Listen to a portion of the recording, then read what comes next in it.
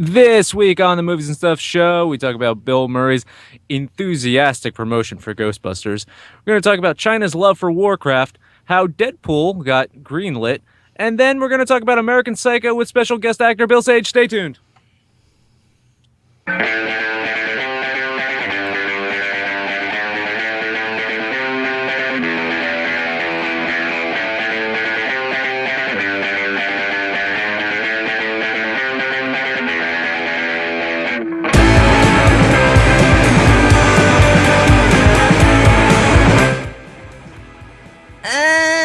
And welcome once again to the Movies and Stuff show. We are coming to you live from the suburbs of New Jersey and Missouri.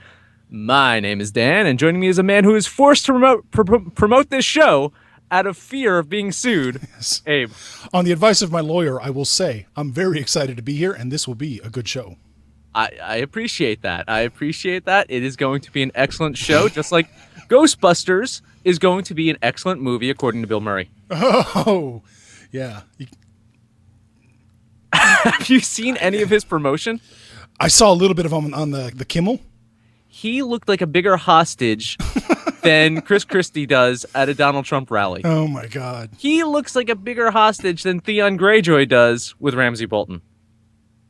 He just looks miserable out there. He does look miserable. But if you ask him, yes, Ghostbusters is really funny. Yeah. I really enjoyed doing it.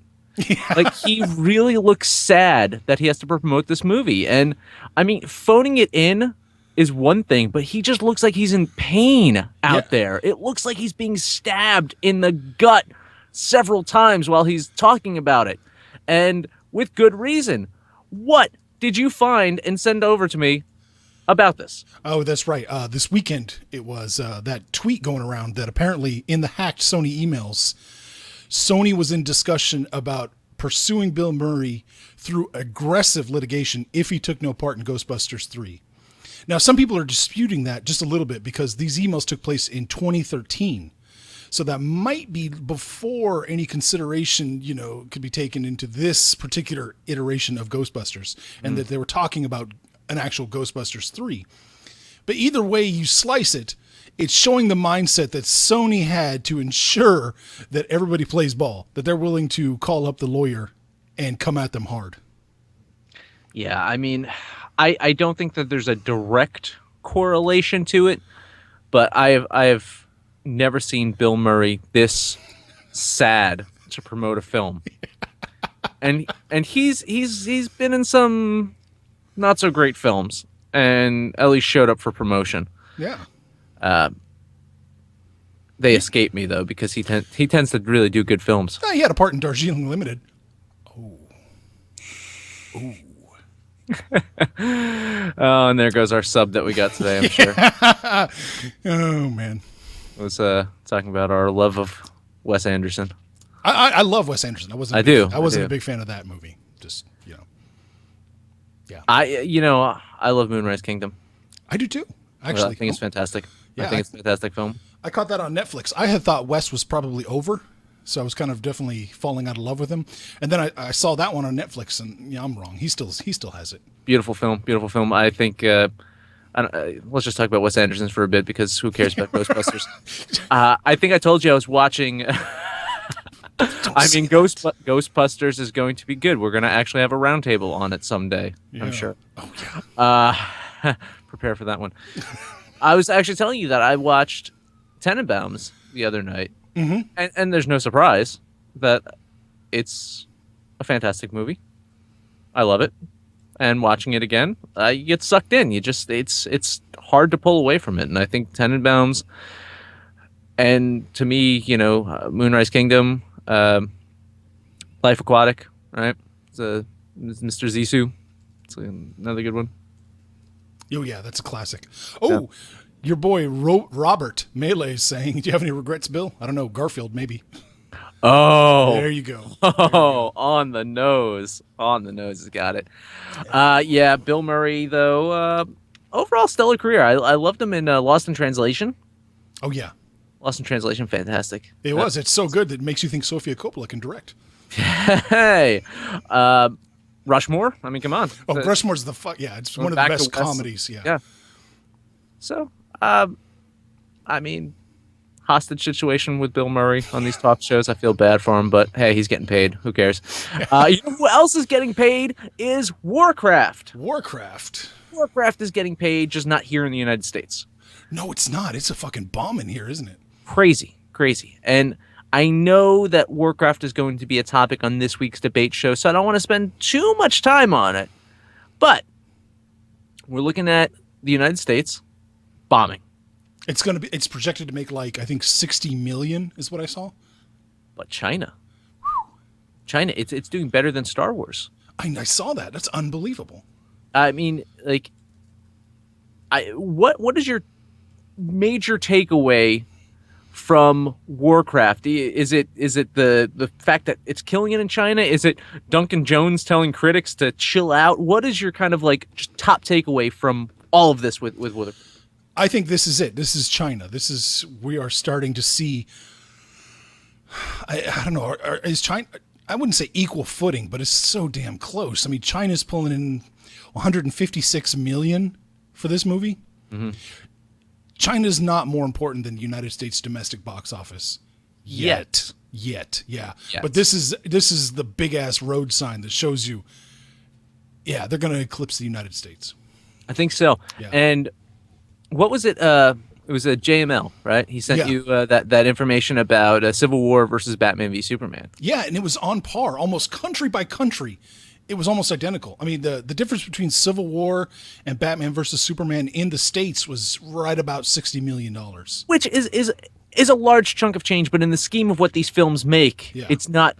If you just said on the surface that Civil War made 60 more million than Batman v Superman, it wouldn't sound that bad. But factor in China, what happens? Oh, yeah. China blew it out of the water. And that changed everything. BVS completely bombed in China. Right. So it makes it... Civil War didn't. Right. Civil War is a smash worldwide hit. Batman versus Superman is disappointing. Yeah. Amazing that China, we kind of saw this coming, though. They have the population. Mm-hmm. They have the essential the economy, if you will, to build up these films, to really show these films, and so they own a lot of the theaters here in the States, so they've done that as well, have built up their infrastructure of being able to show these films. Right. They own Legendary, the production company. Yeah. Right. And I feel that the Chinese market is it's almost as important as the United States at this point, and I think in our lifetime, that's saying too far. I mean, probably within the next like 10, 15 years, right. China's going to be more important for the box office, and you're going to have to factor in that we kind of had that discussion. Was it on the debate show we were talking about? Mm-hmm. Factoring in China's kind of personality or sensitivities, or absolutely. We talked with that with the whole Doctor Strange thing. I think we're going to see a little bit more of that China's going to become a huge cultural kind of, importance to the film industry, and they're going to have to keep that really in mind when it comes to characters and showing different things. So now You See Me Too shot a ton of footage in China. Yeah. So it's coming. Yeah. I ever tell you the story that I missed the filming of the Hong Kong scenes of The Dark Knight by one day? No. Yeah, I flew out to China, to Hong Kong, and I was in Hong Kong. When I arrived, it was the day after they had just finished shooting. Oh man! Right near my hotel too. Mm-hmm.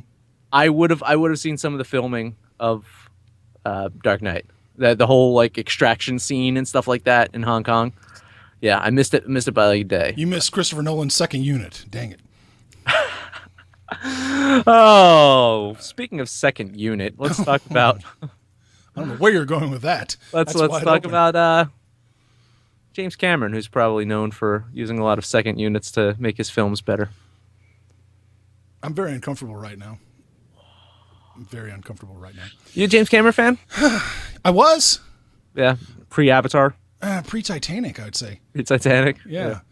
I mean, I respect the work. I respect what Titanic did, but I wasn't the target audience there. Cameron knew what he was doing. That was a very calculated movie.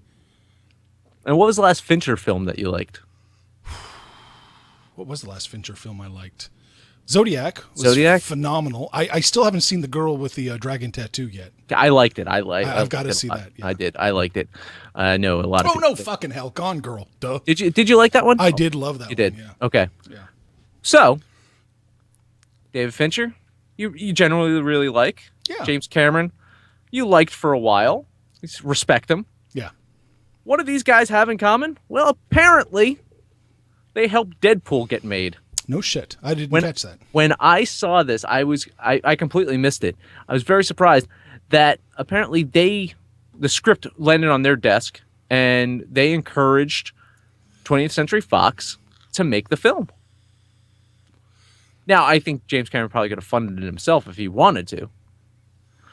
You know, he could have just told 20th Century Fox, just give me the rights and I'll just put up the money.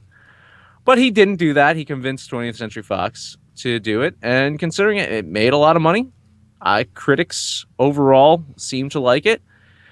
Do you think that these guys should get a little cut? Is that how they roll in Hollywood? Do they really give you a little cut for encouraging to make? Okay. No, they don't. They don't at all. But right. You kind of feel that maybe they should. They absolutely should. Everybody should get a taste, you know. Yeah. You know? But I mean, like, I'm sure, according to the studio, they lost money on Deadpool. I'm sure their accountants show that it was just a debacle. No one's getting paid. So then Fincher and Cameron have to pay then. Right. Yeah. Yeah. Yeah. Isn't it weird though? Because I mean, you'd say that Deadpool so far this year has been the big surprise, right? Money wise, that's been the big blockbuster surprise, right? Oh, absolutely. Yeah, that was the surprise so far. Yeah. No one thought it was going to make the amount of money that it did. And I think domestically, did it make more than BVS? Ooh, that's a good question. I don't know off the top of my head. I can find out really quick, but it'll take a second. I think it ended up doing more domestically than Batman v Superman. $760 million for Deadpool, and Batman v Superman box office pulled. Okay, I'm looking at worldwide. You were asking domestic, yeah. Sorry, China, you're out. Well, I'd even say worldwide they were close. $363 million for Deadpool, $330 million for. So Deadpool beat Batman v Superman domestically. Mm-hmm. Yeah, I mean worldwide, Batman v Superman's over 800 though, right? Yeah, it's 872. Yeah, so it did make more than that. But still, considering it's not bad. Considering that Deadpool really didn't have a budget. Not like that. No. 55 million. 58 according to Box Office Mojo versus 250 million. And tack on another, I think was ridiculous, 175 million for promotion for Batman v Superman. Unbelievable. I go on record as saying that Deadpool had probably the best marketing group that we've seen in years of how they marketed that film. They certainly, everybody seemed to love it. There's no lie. Yeah. I think it did a tremendous job of marketing that film. I give them a lot of credit. I guess I give Fincher and James Cameron some credit as well for making Deadpool. You haven't seen Deadpool yet, right? Oh, no, I did actually catch it on Amazon. You did? You did? Yeah, I liked it. Yeah, overall. Yeah, I mean, it was fine. Overall, good. Yeah, I mean, you know, my critique of it probably sounds a lot harsher than I actually meant it to. But it's a comic book film. It's got issues. It's got a lot of issues, but I think overall it was pretty good. Compared to the three big ones we roundtabled, it would be Batman versus Superman, Deadpool, X-Men, then Civil War. Flip-flop, Civil War and X-Men, and yeah, you're probably right. Okay. I mean, we're probably in the same. But I mean, it's really like splitting hairs with X-Men and Civil War for me. It's tough. It's like a flip of a coin there.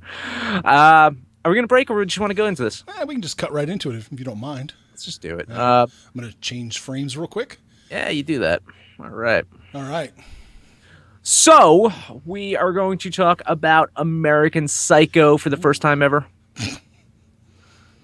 And after we're done discussing it, we're going to air an exclusive interview with actor Bill Sage, who was tremendous in the Hap and Leonard series. In the interview that you hear, it was actually, he had just started filming Hap and Leonard. It was the first day of shooting when we talked to him.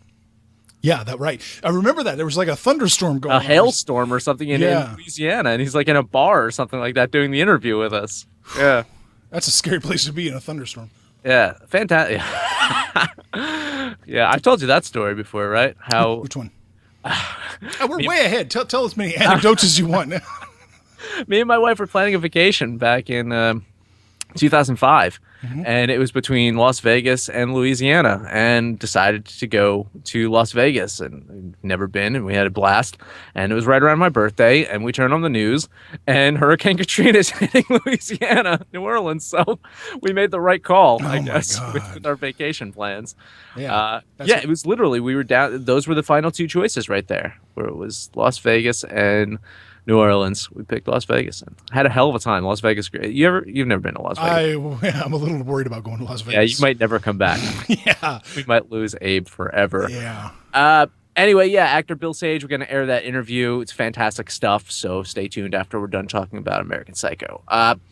I first heard about American Psycho from my buddy Mike, who told me that the business card scene was one of the funniest things he had ever seen. And a little after that, see, I'm continuing with my anecdotes, I guess, right? Yeah, just pile them on. It's my life story. This is the Dan's life story episode. This is an oral history of your life right here. It really is, and the important things about my life will be revealed in this episode. But a little after that, I started dating Erin, who became my wife. Spoiler alert. And at the time, though, it must have been like 2003. She was reading this book called American Psycho. And I asked her, I was like, well, what class are you reading this book for? And she just kind of looked at me and like raised an eyebrow. She's like, none. She was just reading for fun. And I just like, oh, you know. And after that, I borrowed the book from her. I ended up loving it. And it's a completely disturbing and sick. It honestly, it inspired me to take a crack at writing novels. Like my first novel I wrote right after that. You can never find that novel anywhere. It's a piece of shit. I did end up publishing my second novel, though, so there's that. But the first one will never see the light of day. But it inspired me, at least, to give a crack at writing. And, you know, after finished reading the book, I wanted to watch the movie, so Aaron and I rented it. And, yeah, it was amazing. I loved it. It's so fucking funny. It's such a great comedy. Great performance by Christian Bale. I think probably my favorite Christian Bale performance. Whoa. I also love the third Batman movie. He was fantastic in that one. No, I'm kidding. The look on your face, like, what the fuck is he smoking right now? Yeah, no shit. But no, seriously, I think Christian Bale at his best, I think, in American Psycho. I love it. And, you know, we rewatched it, and I mean, for me to say I rewatched it sounds like a weird thing because I watch this often.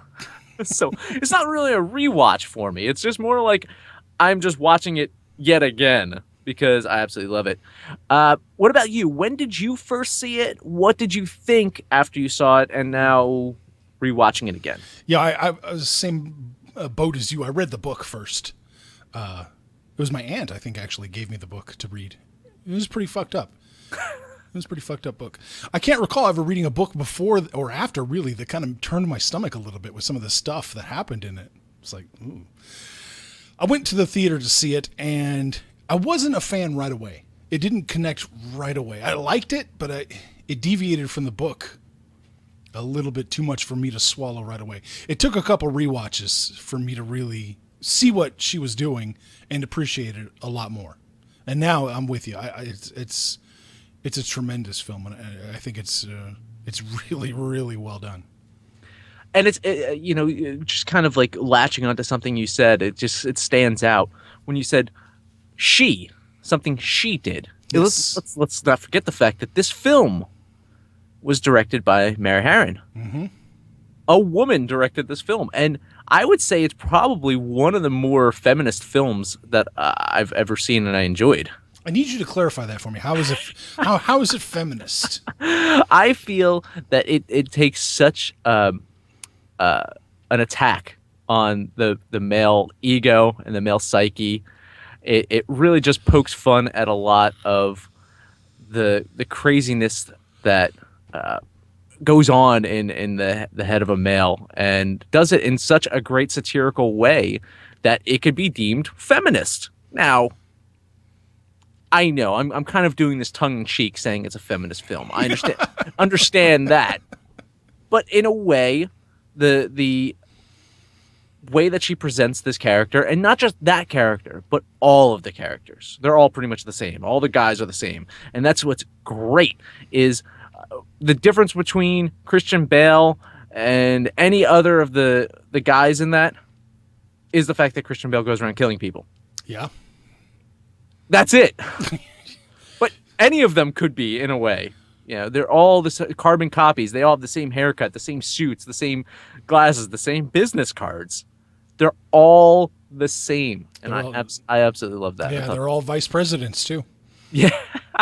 Which, of acquisitions, which was spelled wrong on the business cards. Was it really? Yes, acquisitions. I can't spell, so I need Google. Let's see. In the chat, Ponyboy is telling us that his mom got yelled at when I asked her to buy the book for me back in the day. Oh, and he's telling us Mary Herron is Canadian. Oh, okay. Yeah. Wow. You know, Canadians, they have to make sure you know who's Canadian. She actually directed the worst movie I've ever seen. Whoa. Well, second worst. She directed There Will Be Blood? No, I'm just a little dig at you. That's all. I'm about to walk off this show. Yeah. I Shot Andy Warhol. I absolutely hate that film. Whew, I saw it back in the day, but I don't remember it at all. I did not like it. Maybe I got to try to give it another shot, but I disliked it when I saw it. Perfect Storm, I'd say, is probably the worst film I've ever seen. That's not a good one. You are, someone's asking you for a little clarification. Alex in the chat is saying, every woman is an idiot, though. So can you call that feminist? I added that last part. Can you call it feminist? Every woman is an idiot in the movie. It's a fair point. Yeah, it is. It's an interesting point. Would you say then, instead of saying it's a feminist movie, maybe it just skews men and women the same? Is that it? Possibly. I do think it skewers men a little bit more, but I think that's a fair point to ask. I think that's a fair question to ask. Yeah. Yeah, it's interesting. Thank you, chatters. This is... No, that's great. I love you guys. Yeah, that's great. Yeah. You make our show so much better. You make me think, as opposed to me just like kind of telling my life story. Absolutely. I mentioned Christian Bale and how great of a performance I felt that was. Bale was actually inspired by a Tom Cruise interview. Did you ever hear this story, Bale? He said about Tom Cruise, there was an intense friendliness with nothing behind his eyes. That's Bateman. That's Bateman right there. That is amazing. In the book, isn't like Tom Cruise one of his neighbors too? He lives in the same building as him. It was something like that, wasn't it? Yeah. Yeah, I can't remember if it was in American Psycho or maybe it was in another one of the Ellis books. I think it was American Psycho. I think Tom Cruise lived in the building, but in one of Ellis's books, it happens. Bateman shows up in a few different of his books. In fact, definitely in Glamorama he shows up. Oh, look at you! And well read.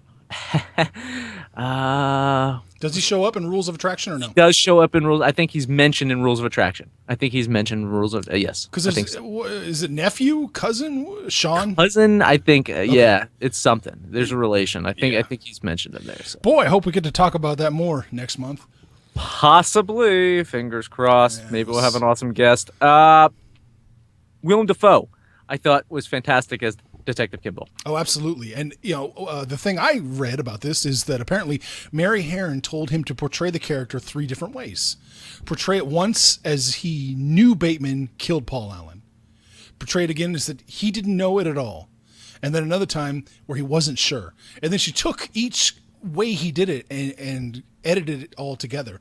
So it kind of makes it confusing to the audience and maybe to Bateman too, because he's playing it like they're best friends at some point, we're all buddy. And there's other times where he's really looking at him with all that suspicion. He doesn't believe a word he's fucking saying. And other times he just seems befuddled. And it's amazing. I think that was a brilliant move on her part to do that. Yeah. I agree. It's a great performance, and in a way, I can't take away from the performance. It's more brilliant editing, if you will, that adds to the performance. But still, he still had to act those 3 different ways for her to be able to edit that together, and Defoe was able to pull each one of those off successfully. Absolutely. Yeah, I mean, that's got to be a challenge. Editing's everything. We know that. I mean, you wouldn't win a best screenplay, the way the movie's shot. Everything's made in editing. The performances, the story, the cinematography, everything is editing. That's it. Yeah. I also love Matt Ross in the movie. He's the guy that tries to make out with Bateman in the bathroom. In the bathroom, touching his hand and like saying how good he looks and stuff like that. Bateman's got to wash his hands with the gloves on. Matt Ross is great. He's on Silicon Valley. You haven't watched that yet? No, I have not. It's not on Amazon yet. So. Okay, he's really good in Silicon Valley. But yeah, that scene where Bateman goes to kill Matt Ross in the bathroom, and his character just takes off starts trying to kiss him and stuff like that. It's just so good. It just starts hitting on him. It's priceless. It's such a priceless game. And even though this is the first time we're talking about this film and not the second time. No. When I made this point the first time, I mean this time, it still holds true. Christian Bale kills Jared Leto. The Batman kills the Joker. The end. There you go. I like it. That's it. We have the answer to the question. Batman killed the Joker. There you go. Now we know. Knowing is half the battle. All right. We've both read the novel. Yes. And we've seen a few other of Ellis's works adapted. Less Than Zero was his first one that was adapted. Oh, right. Spader and Robert Downey Jr. It was essentially Ultron versus Iron Man. Holy shit! It's all coming back drugs. Yep. Yeah. Jamie Gertz doesn't have a superhero part yet, though. So, which I like. I don't think she's going to. I liked Less Than Zero as well. In general, I think they do a pretty good job of adapting Ellis's work because it's not easy to. It's not easy because a lot of the stuff is so disturbing, and he's a very even the stuff that they cut out of this book. There's a lot of stuff that they cut out of this book that was just horrendous. The mouse with the cheese. Mm-hmm. Mm-hmm. The limo and the baby. The limo filled with the baby stuff. I mean, a lot of terrible stuff. Stabs that kid. Mm-hmm. Oh, and tends to be the doctor. And it's not even that graphic, but just the idea that urinal cake, the goddamn urinal cake. Oh, she's eating it. It's so minty. I wish that made it to the movie. Yeah. I wish that one scene did too. But yeah, you enjoyed the book, right? You absolutely, yeah. I have read it twice just because I was like, whoa, I want to go back and reread everything again. Just, it's that kind of book. Yeah. Have you read any other Ellis's stuff? No, I really haven't. Yeah. Mm-mm. I've read the majority of them. I've read. I think I own all of them. I don't know if I've read all of them. Glamorama kind of was a lot to handle. It was a lot of almost like skimming pages of details of how people are dressed. It was just. He flirted with that in American Psycho. He did, but I think the balance of it was so well in American Psycho, where he balanced the descriptions of the clothing. It's almost like you've never attempted to read George R.R. Martin, right? Oh no. Yeah. Pages of him talking about food. It's like, yeah, we get it, George. We get it. Yeah, just look at him. We get it. Bret Easton Ellis is talking about clothes and making out with men. We get it. That's what Bret Easton Ellis does. We know. I don't know about the whole making out with men thing, but definitely the clothes thing. We kind of have an idea, yeah. Seinfeld reference. Not that there's anything wrong with that. No, I don't care. I mentioned the business card scene before. I think it's one of the funniest things ever put to film, and I'm not even kidding. I know you say that. Well, that's high praise, man. That's high praise. It. Yeah. Well, I mean, Roger Ebert described it as men having card envy. You got the sounds when they're whoosh, taking the cards out. Oh yeah. It is an intensely funny scene. I lose my shit every single time I see it. How about you? Favorite scene in the movie? That's, I hate to just piggyback on what you said, but it is that scene. That is the scene of the movie. I mean, there's a lot of great scenes, but that is the scene of the movie where it gets to the heart of everything you're talking about. How it's skewering the machismo and making fun of hyper-competitive maleness and toxic masculinity, to use a term that they use nowadays. Hey, are they using that term? I've never heard that before. This is the first time I've heard it. Oh, really? Wow. Toxic. Can you educate me on this? Like, what the fuck is that? I don't want to talk about that. Okay, fine. I mean, we could talk about it, but I don't know that I approach the material from the correct mindset. Yeah. All right. Yes. Another great scene, Bale killing Leto, right? Oh, that's a classic too. You know what I love about that scene, what I think is so brilliant, is the way the blood is on one side of his face, and then after he's done, he sits down, and then, as he's recomposing himself, I guess, we see the clean side of his face. Yeah. And if you look at that, I think that's a reoccurring theme, how his face is always lit one way or the other. Right. Yeah. Even when he's peeling the moisturizer thing off his face. When I saw the trailers of that seemed like a lot creepier of a scene than it actually turned out to be. Right. It's peeling his face off, Yeah. No, it's just a daily routine, yeah. Yeah. Him doing sit-ups was creepier. Oh, my God. And he actually did those. He did 1,000 sit-ups a day. Wow. I mean, good on him. I don't know. I do 150 and I feel good, and it's just like 1,000. Like, ain't gonna happen. No. So just think about it. It's like, man, he does 1,000 a day. I'm gonna break a sweat just thinking about this. I need some frozen burritos or something. Jesus. But that whole killing scene starts off with, do you like Huey Lewis in the News? And it goes into this great, passionate explanation of why Huey Lewis in the News is so great, and that album is so fantastic. And it calls back to the book, and that's some of the funny stuff in the book, where there's like whole chapters dedicated to these music reviews about Houston and Genesis, and it worked so well to demonstrate this character, how he doesn't have any original thoughts. These are him reading Rolling Stone or reading a New York Times a review or something, and then just kind of spouting that off as his own. Absolutely. Amazing. Yeah. It's like arguing with somebody who's perused Rotten Tomatoes on the internet. Yeah. That's right. Yeah. I don't know. Love it. And then the whole, try getting a reservation at Dorsia now. Classic. It's probably my favorite line in the film. Really? I think so. I think it's so good. All right, moving along. Let's start our wrap up of this discussion. Let's talk about the ending, because there is some debate. There is some ambiguity of, was it real? Was it not real? How do you interpret the ending? I am so on the fence. I can go either way on this one.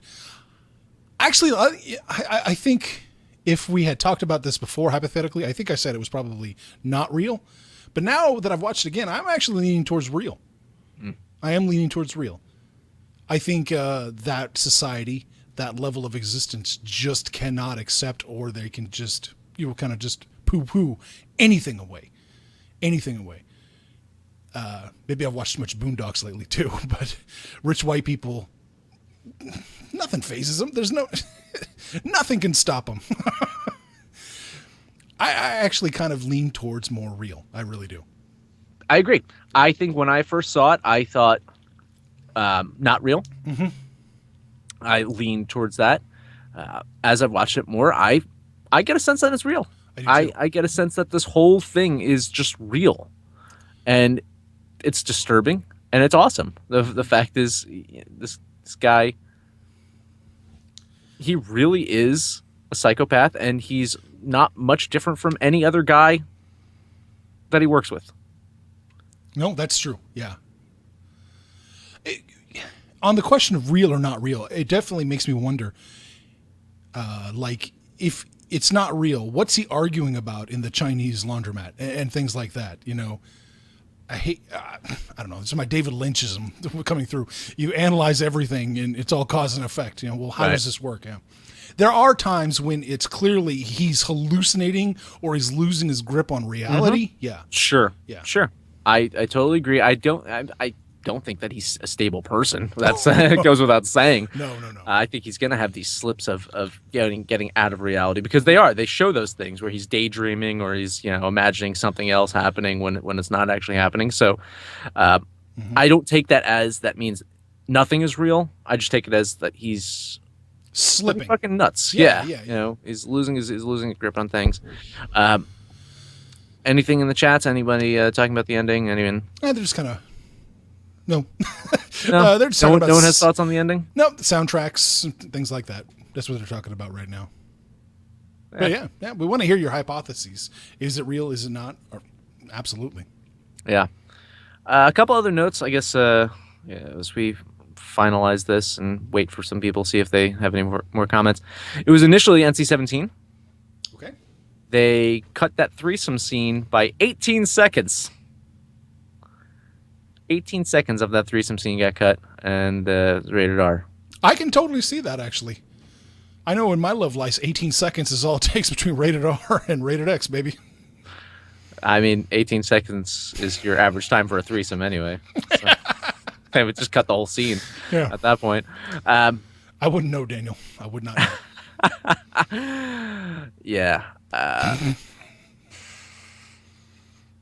Any other notes from you?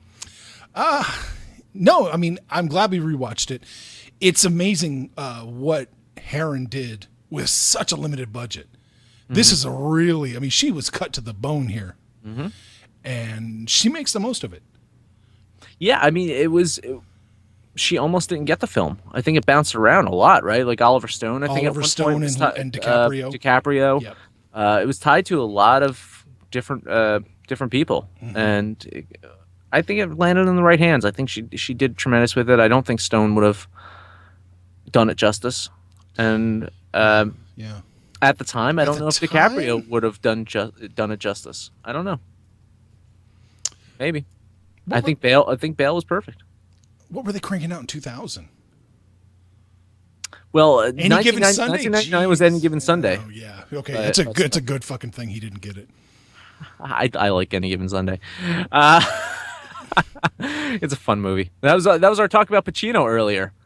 How De Niro went completely like nosedive after Heat, and Pacino kind of steadily has been trudging along with some hits and misses here and there. Like, hasn't been a complete fucking nosedive. No. Even if the project isn't good, I still think he is trying a lot more than De Niro. I think case in point, the discussion we were having is Ocean's 13. Oh, yeah, that's right. That's what we were talking about earlier, is how I got roped into watching Ocean 13 again, because every time it's on, it just gets sucked in. And how we both agree that the Ocean's 13 was the best of the Ocean's films. I think so. I think it was the best of the Ocean films. All right. Let's close out another episode of the Movies and Stuff show. We are going to air our exclusive interview with Bill Sage. Great actor. He was in that business card scene. We're going to talk. We talked about that business card scene with him, so stay tuned. Listen to that. It was really awesome. Let's see. Make sure to like this video, comment below, and subscribe to us. We're going to be back on Thursday with Master Debaters. Yep. Master Debaters Thursday. Tune in next Monday night for a brand new vegetable lasagna. These guys are rolling. Their show it's finally all the hiccups. All the hiccups are gone, and they're rolling along. They're doing a great job with that. It's funny stuff. Check out Vegetable Lasagna next Monday, and we're gonna be back next Tuesday. I haven't programmed it yet into the old YouTube slap, but we're gonna do a top 10 list. Yes. We're gonna do the best top 10 opening sequences in films, right? Yeah, best titles. Yeah, top 10 titles. Yeah. Like title sequences, right? Right, yeah, titles. We don't want to say opening because I mean no, opening sequences. Yeah. Title sequences. Yeah, you're right. Best top 10 titles in films. So we're going to do that next Tuesday, and then the week after that, we're going to do our roundtable of Neon Demon. That's God willing, yeah. Yeah. You're dependent on Omaha and Kansas City getting it on time. Yeah, good point. Good point. So it might actually be pushed off another week then. But I'm going to see it. I'm going to a press screening of it next Monday. Oh, la-dee fucking da. Hey, if they had a press screening in Kansas City, you would have been going too. I would have been going. I don't know if I'm really press worthy, but yeah. What do I have to dress for? Do I have to wear pants? I don't. Pants. La-di-da. Oh, a garage. Oh. All right, man. What are your final words? I'm going to quote the author of American Psycho in a tweet that he thought was a text message at 4 a.m. Come over at Dew. Bring Coke now. That's a party. Love it. Yeah, Love it. That's a guy that likes to party. Oh, hell yeah. Later, man. See ya.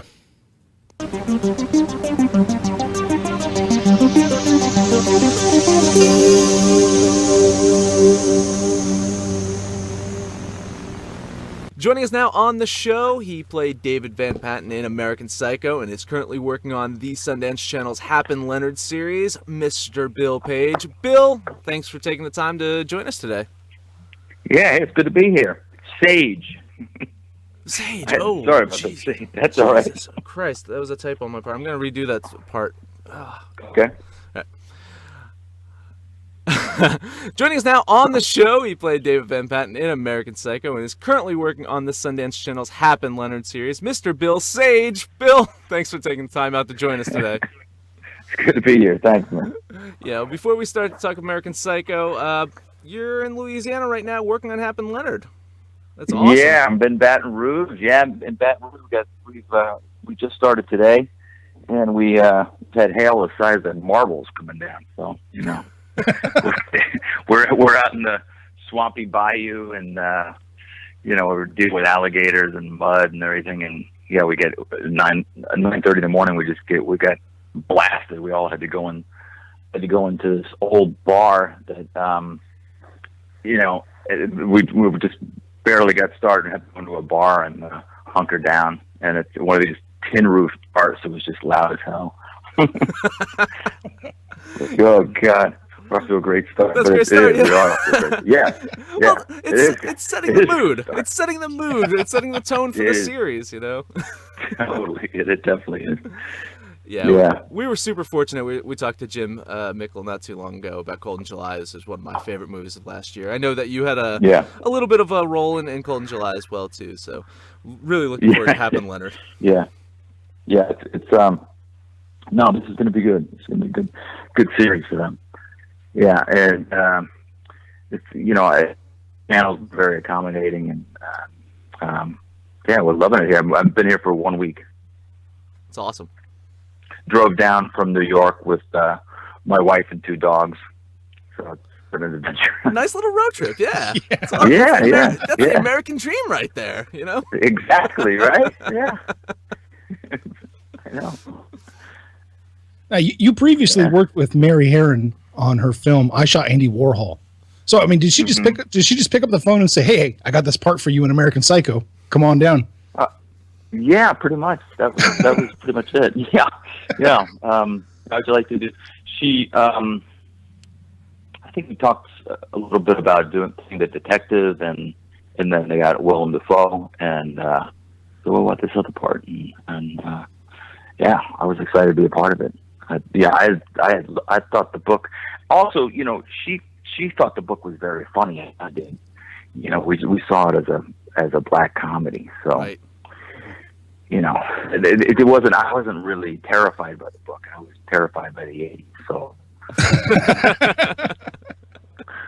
and now Hap and Leonard is set in the '80s, and same kind of horror. So you had read American Psycho prior to doing the film, yeah? Yeah, before I ever knew anything about them that they were going to do a film, I'd read the book. Oh, that's awesome. Yeah, I just thought it was funny as hell. And it was long.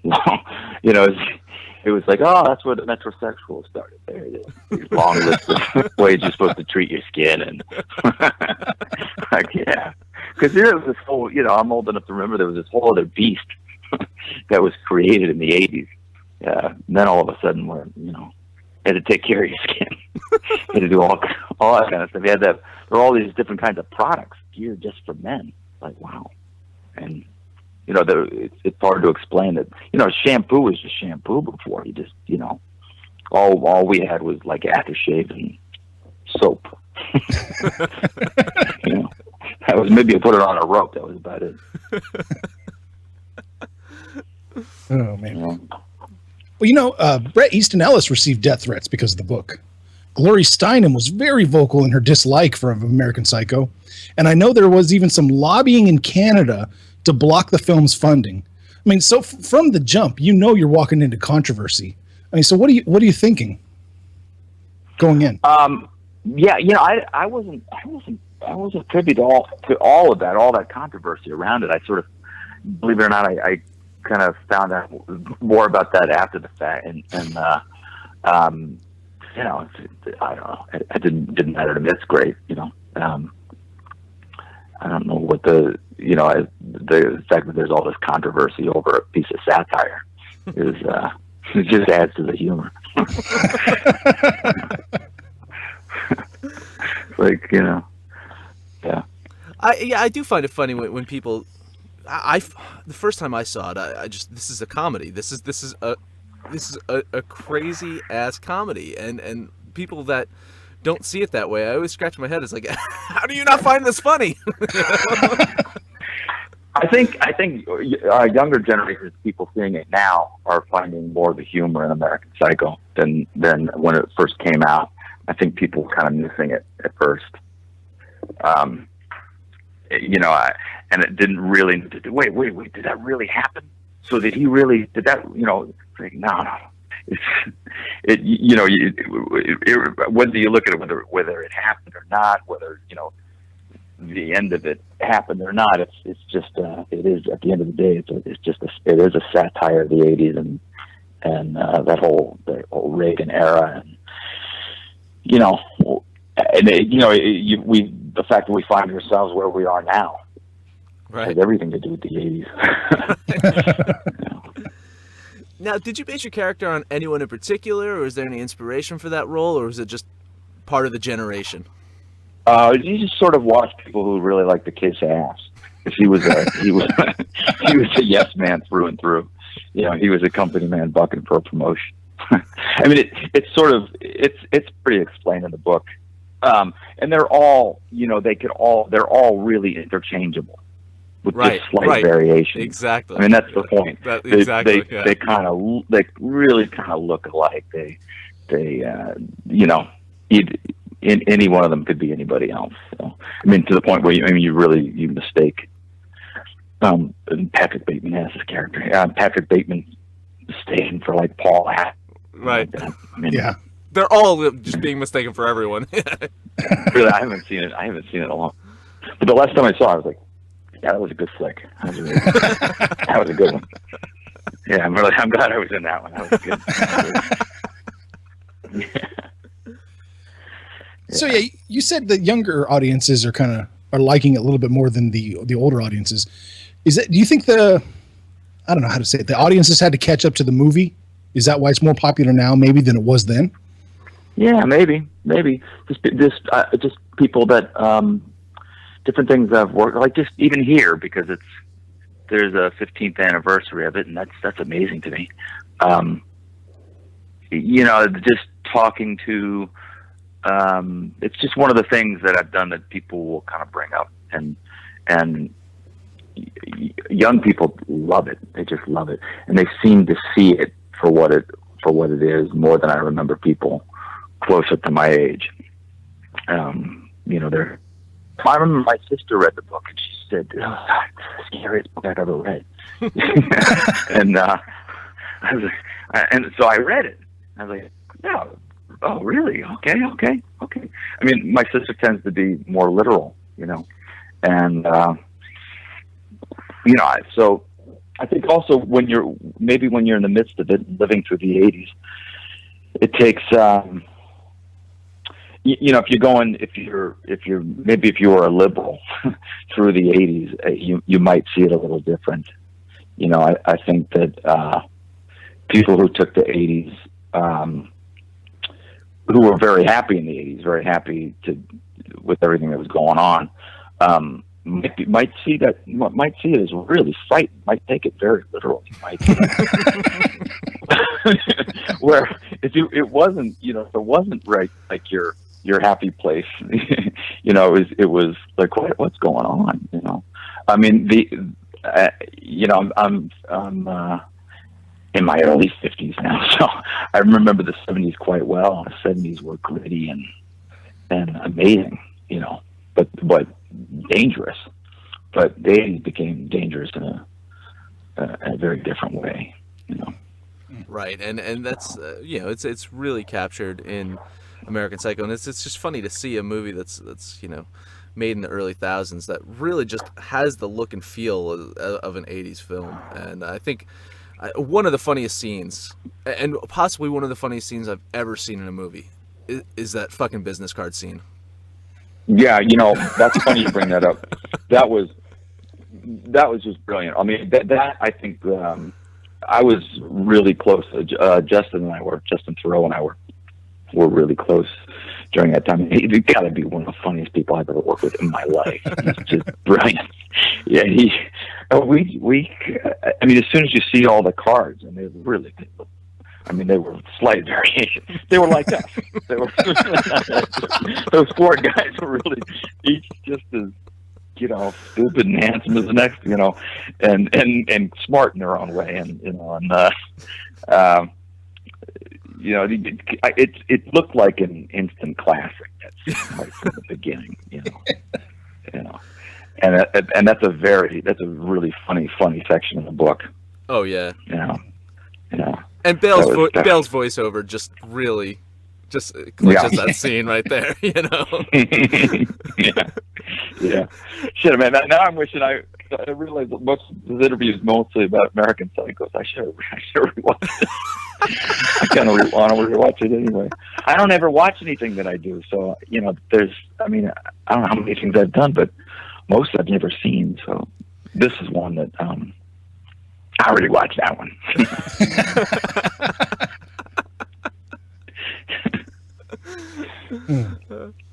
Well, I might be asking Van Patten a little bit more than I'm asking you, but I want to know, what qualities should someone look for in a restroom when they want to do cocaine? Well, you gotta look at your surfaces there, Dan. Is this Dan I'm talking to? This is you want to check out all your surfaces. Look that it's clean, that it's roomy, and that you maybe a little something, maybe a little surface in one of the stalls, and you don't want to just be right out in front on the main mirror, but you have to be. Maybe it's right for that. I don't know. Being somebody that never really did blow in the men's room, I don't know. It's believable though. See, you made us believe that this is. I'm more the type of guy that would have and possibly did. I'm not going to say. I can neither confirm or deny. Unscrew the rearview mirror on your car, take it down, and do a little blow off your own rearview mirror in the truck or something like that. That's how I roll. But I'm not saying that ever happened. I'm just saying it could have happened. But I know nothing about it. So what do I look for in an automobile? Well, that's what we're talking about. Man, I think that's a GM commercial right there. Yeah. But I mean, you're on the set. It's a funny movie, but you're on the set with some pretty intense actors. You got Christian Bale, you got Jared Leto, you got Willem Dafoe, and it's a comedy though. So was the mood on the set serious, or was it a mix between you guys having fun? We had a lot of fun. Like I said, Justin and I were pretty inseparable, and we had it, and me and Justin and Josh, we were flying back and forth quite a bit. I think we did 5 trips back and forth just from New York to Toronto. It was fun. It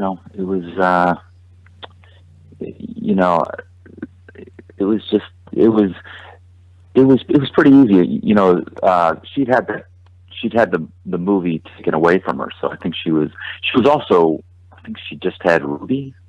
She just had a baby. She's, dealing with blood and chainsaws, and she's got an infant. Now Mary was really, really on point with that film, because she had it, and then for some reason, I won't go into it, it had been taken away from her, and then she got it back. So somebody got really interested in it. Big people got really interested in it. It was just, and then they were no longer interested, and then it was given back to her. So it was humiliating, and but it came back to the person who was meant to direct it. Absolutely. Absolutely. She was, she's her sensibility with the whole thing. I mean, she really understood it. Somebody else would have really not gotten the sarcasm and the humor and she'd been a music critic. She'd been a punk music critic. She'd been around, man. She'd started young, and she really, really understood that book. And you could definitely and how to tell, make it, and not just the book, but how to make it into a piece of cinema. And that's the important thing. She knew how to, like, it's a great book as it is, but it's not a direct translation. She knew how to make that a piece of cinema. And that's what's great about that film. The last time I saw it, she really made this into a film. Yeah. So how do you interpret the end of the film yourself? Oh, how do I interpret it? It's funny. I think if I'd like to watch it again. My memory of it, I think the last time I saw it, I don't know that I looked at it this way, but I really look at the end of it as having everything. Any good piece of art should be subjective enough to really incorporate the when you're watching it. So I watch it now, and I'd say, well, no exit is really we're not getting out of this thing. We're now the 80s sort of ushered in this new we'll go to war with anybody. We're gonna keep this we're gonna keep the rich. We're gonna keep this military industrial complex going. We will stand by big oil no matter who's president, and that's what we're doing. And I think it's really hard to extricate ourselves from this now, from how we produce energy and not that I'm not optimistic about the future. I really am. I am optimistic. I just, it's really difficult to get ourselves out of what was started during that era. And, it focuses on, I don't mean this as a racial thing, but just that one for the wealthy white male, this is wanting to hold on to its power, No, absolutely. And it's not just rich white men. You know what I'm saying? Yeah, absolutely. And the ironic these guys thing, have though, no conscience. Is this film could easily just be, in the age of like remakes and reboots, they could just easily just take this film from the 80s and make it happen like 4 or 5 years ago, and it would still fit in with what's going on with the financial crisis and with the money situation. Then the fact that we're removed from the 80s by 20 plus 30 something years, and not much different. Yeah, so it's not a literal ending. I mean, but however you answer that question, you just have to, everything's brushed under the rug. It's all gone away. He cannot.